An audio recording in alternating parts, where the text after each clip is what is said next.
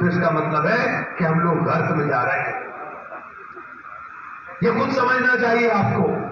किसान की परेशानी, किसान की बदहाली, नौजवान को नौकरी नहीं, केवल और केवल नफरत के नाम पर, नफरत की बुनियाद पर राजनीति को हासिल करना, यही इसका लक्ष्य है, इनका यही वो है।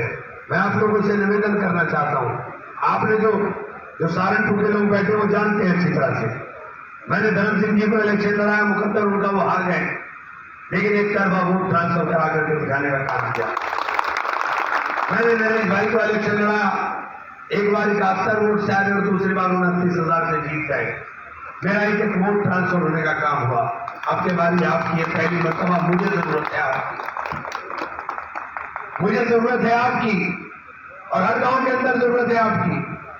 आपका वोट इसी तरह से ट्रांसफर होगा तो मेरे पास भी कहने के लिए आगे बात होगी, मेरे पास भी एक रास्ता होगा। मैं ये बात इसलिए कह रहा हूं साथियों, राजनीति के अंदर लेन देन के बिना काम चलता नहीं।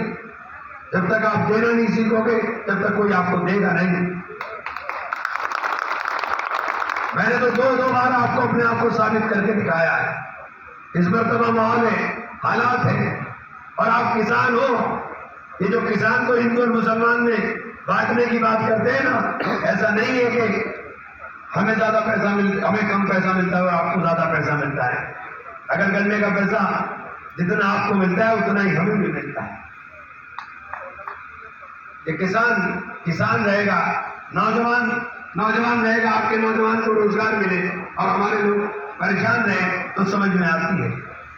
लेकिन देश का 83% नौजवान इस समय बेरोजगार है। हम बुनियादी मुद्दों के ऊपर बात ही नहीं करना चाहते। हमें तो धर्म के इर्द गिर्द आपने ऐसा घेरने का काम कर लिया कि धर्म के इर्द गिर्द घेरे हुए हैं। और मैं आपसे कहना चाहता हूं, सभी धर्मों का आदर करो, सम्मान करो।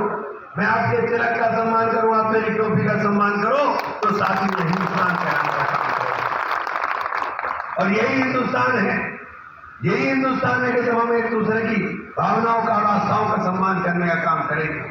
ये जो पेटेंट करा के बैठ गए धर्म के ऊपर, इन पेटेंट वालों से होशियार रहना। भगवान किसी के अधीन नहीं है, भगवान सबके हैं। भगवान की कृपा सब पर होगी और इस बार कृपा हम पर बरस रही है। राम जी की समझ में आ गया है, राम नारा नहीं विश्वास है, ये भौतिकता की नहीं मन की प्यास है। राम नहीं मिलेंगे मंदिर के फेरों में, राम मिलेंगे शबरी के झूठे बेरों में। राम मिलेंगे सीता की पावनता में, राम मिलेंगे पंचवटी की छांव में, राम मिलेंगे अंगद वाले पांव में, राम मिलेंगे मर्यादा से जीने में, राम मिलेंगे हनुमान जी के सीने में। नहीं है, अपना आचरण मर्यादित करिए, अपना आचरण मर्यादित करिए तो आपको राम आपके सीने में मिल जाएंगे, कहीं ढूंढने की जरूरत नहीं। ये अहंकार बोलता है, ये अहंकार है। इस अहंकार से बाहर आना होगा। जो राम को लाए हैं हम बोले, अरे राम कहां चले गए थे, राम तो मन में है, वो कहां चले गए थे?